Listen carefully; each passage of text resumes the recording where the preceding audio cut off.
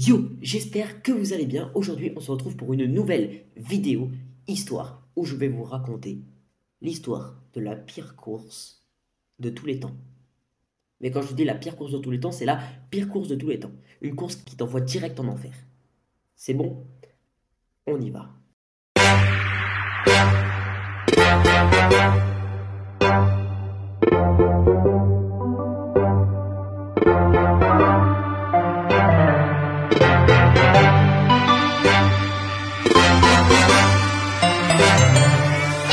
Aujourd'hui, je vous parle donc de la Barclays Marathon.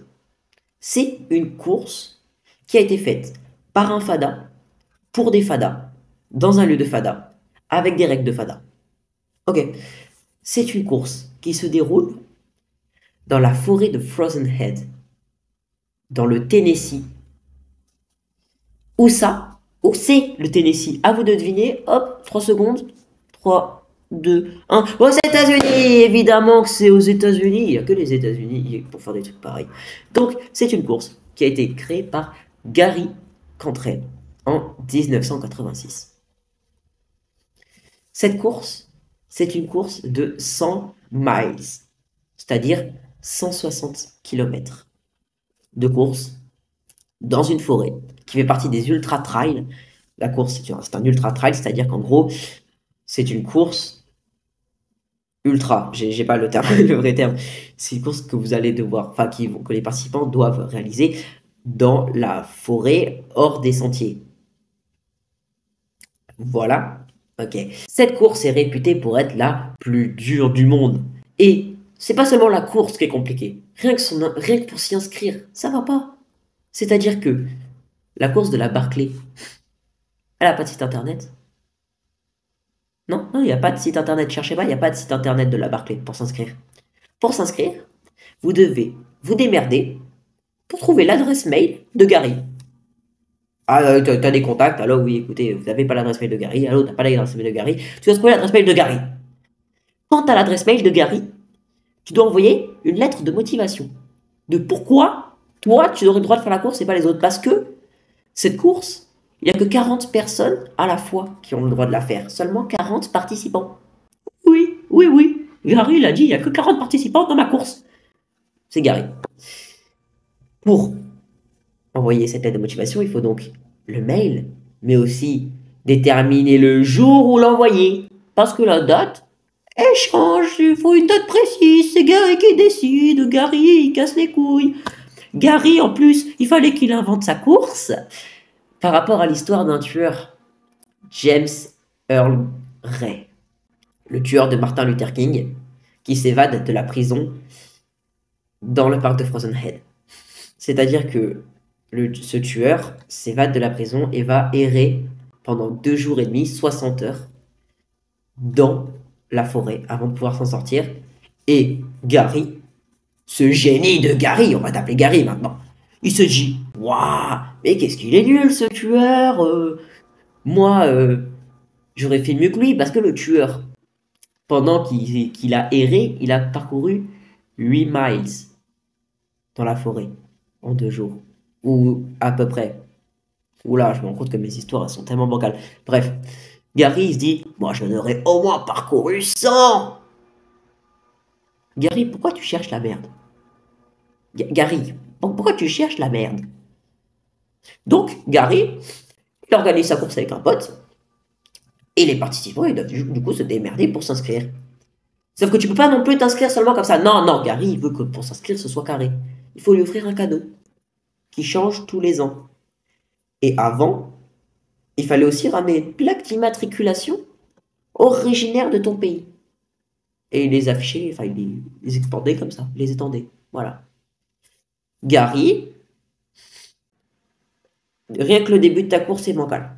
Voilà. Mais ça, chers amis, chers viewers, chers téléspectateurs, chers... ce n'est que les règles de l'inscription. Parce que la course, elle a d'autres règles.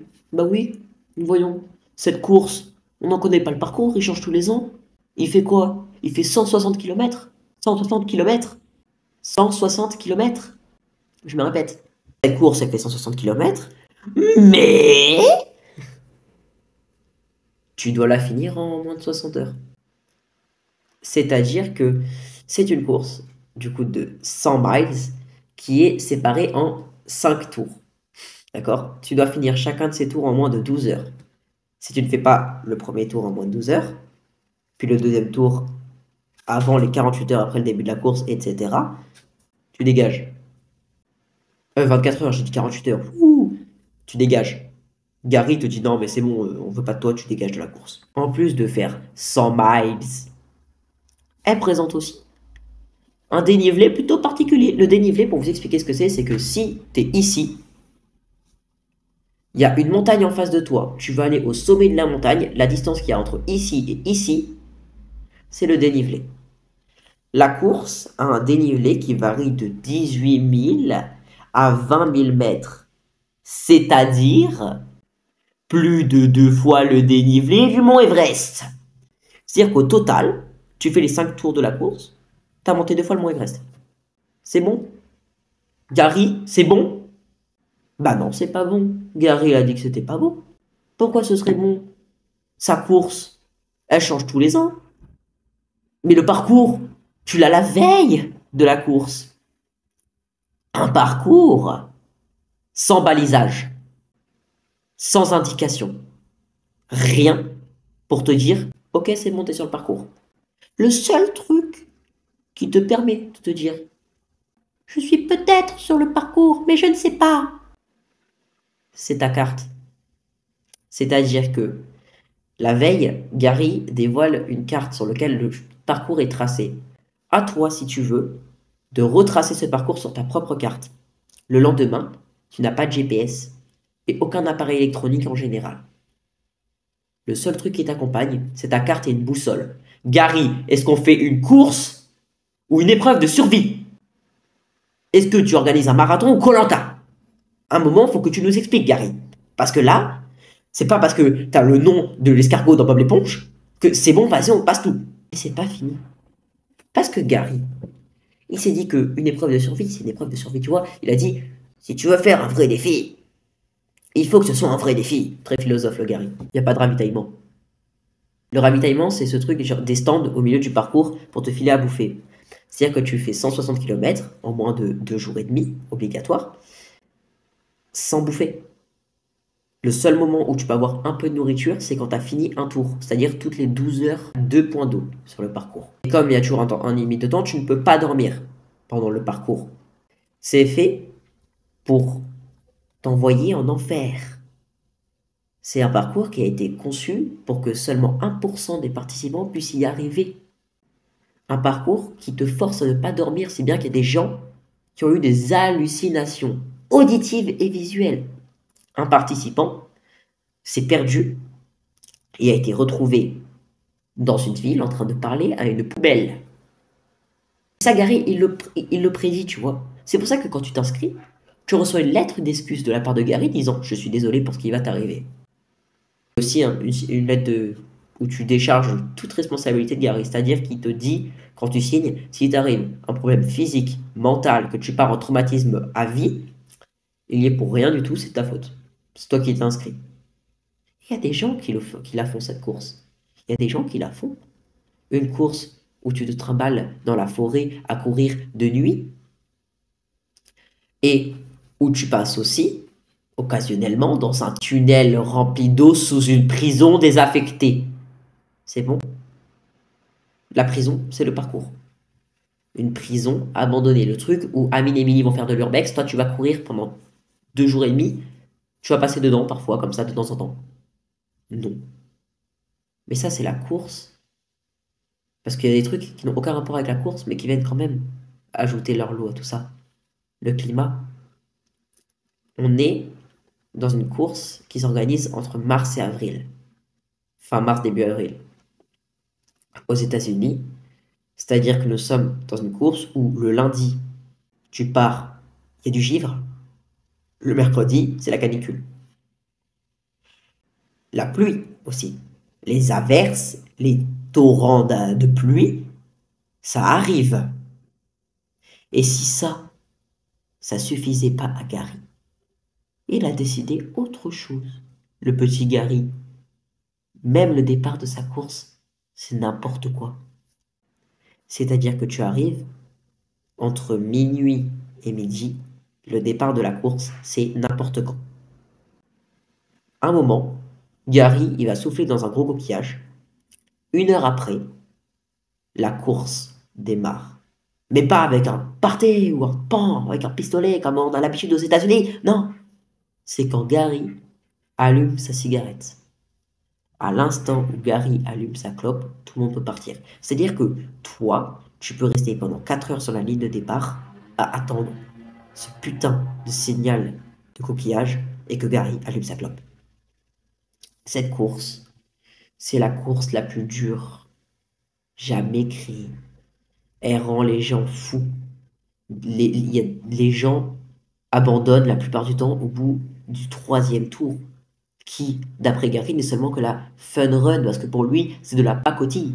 Même s'il n'est pas sûr de finir la course, il dit que pour lui, la fun run, on s'en fout. Ce n'est pas la course qui compte, c'est de faire les 5 tours. Une course qui n'a pas été réussie pendant des années, qui a dû être obligée d'être réajustée pour accepter le fait qu'il y ait quand même des gagnants. Une course aussi que Gary arrange pour casser les couilles. C'est-à-dire que tu fais les 5 tours, les 2 premiers tours, tu vas les faire par exemple dans un sens, et puis les 2 d'après dans un autre. Et puis le dernier, tu choisis. Sauf qu'une année, 2 personnes étaient en finale ensemble. Et ils ont fait la majeure partie de la course à s'entraider. À la fin de l'année, Gary a mis une nouvelle règle en place, selon laquelle, s'il reste 2 finalistes à la fin de la course, pour le dernier tour, ils partiront chacun dans un sens différent. Pourquoi, Gary? Pourquoi jusqu'au bout tu veux que ta course ce soit un enfer? Mais attendez, cette vidéo n'est pas finie pour la bonne et simple raison que je n'ai pas fini de vous raconter toutes les merdes que Gary a organisées. En fait, il en reste 2 à vous raconter avant d'entamer le palmarès horrifique de cette course. Sur le parcours, parce que courir, s'endormir, sans manger, boire très peu et sans GPS, c'était pas suffisant pour Gary. Des livres sont cachés dans lesquels se trouvent des pages avec ton numéro de dossard de coureur. Tu dois trouver le livre en courant pour arracher la page avec ton dossard pour prouver à Gary que tu étais bien passé par cet endroit. Tu abandonnes en cours de route. Gary, à l'aide d'une trompette, va jouer ce que les gens ont appelé les trompettes de la mort. Entamons maintenant le palmarès de cette course. En 95, sauf erreur de ma part, c'est l'année où on obtient la forme quasi finale de la course. Et en 1995, il n'y a aucun vainqueur. En 96, il n'y a aucun vainqueur. En 97, il n'y a aucun vainqueur. En 98, je vous laisse deviner, il n'y a aucun vainqueur. En 99, il n'y a aucun vainqueur. En 2000, il n'y a aucun vainqueur. En 2001, il y a un vainqueur. Non, 2 vainqueurs. Étonnant. En 2022, la course est annulée. À cause d'intempéries, trop de pluie, le parcours est impraticable, on est obligé d'arrêter la course. En 2003, il y a un vainqueur. 2004, il y a 2 vainqueurs. 2005, il n'y a aucun vainqueur. 2006, il n'y a aucun vainqueur. 2007, il n'y a aucun vainqueur. En 2008, 2009, 2010 et 2011, il y a un seul vainqueur. En 2012, il y a 3 vainqueurs. Première fois que ça arrive. Et en 2013, il y a 2 vainqueurs. En 2015, il y a à nouveau plus de vainqueurs. En 2016, il y en a un. En 2017, il y en a un. En 2018, il n'y en a pas. En 2019, il n'y en a pas. En 2020, Covid, course annulée. 2021, on reprend la course, pas de vainqueur. 2022, pas de vainqueur. 2023, 3 vainqueurs. Et 2024, c'est pour ça que je fais cette vidéo, marque la première fois dans l'histoire de la course du Barclay qu'il y a 5 vainqueurs. 5. Et notamment la première femme à avoir fini la Barclay. Cette course, vous êtes peut-être demandé pourquoi elle s'appelait la Barclay alors que le créateur s'appelle Gary Cantrell. Tout simplement parce que c'était le nom du voisin de Gary. Gary, il a fait je sais pas ce qu'il a fait pendant tout le long de son création de course. Il a fait quelque chose. Il s'est dit, oh, on va mélanger des trucs et on va créer une course. Voilà. L'incroyable course de la Barclay. J'espère que vous ne la ferez pas. Et j'espère que cette vidéo vous a plu, car en effet, c'est la fin de cette histoire. J'ai essayé de dire un maximum de choses, puisque je me souvenais de l'histoire, parce que j'ai fait des recherches, mais elles sont sur mon téléphone et je filme avec mon téléphone. Voilà, donc c'est compliqué de lire les deux trucs, donc je suis désolé s'il y a eu quelques cafouillages au long de l'histoire. J'espère en attendant qu'elle vous a énormément plu, peut-être fait rigoler, comme elle m'a fait rire quand on m'a raconté cette course complètement timbrée, voilà, où personne ne gagne jamais, apparemment. N'hésitez pas à lâcher votre meilleur pouce bleu, un abonnement si ce n'est pas déjà fait, c'est super sympa, un commentaire pour me dire ce que vous en avez pensé, et on se revoit la semaine prochaine pour une prochaine vidéo. Portez-vous bien.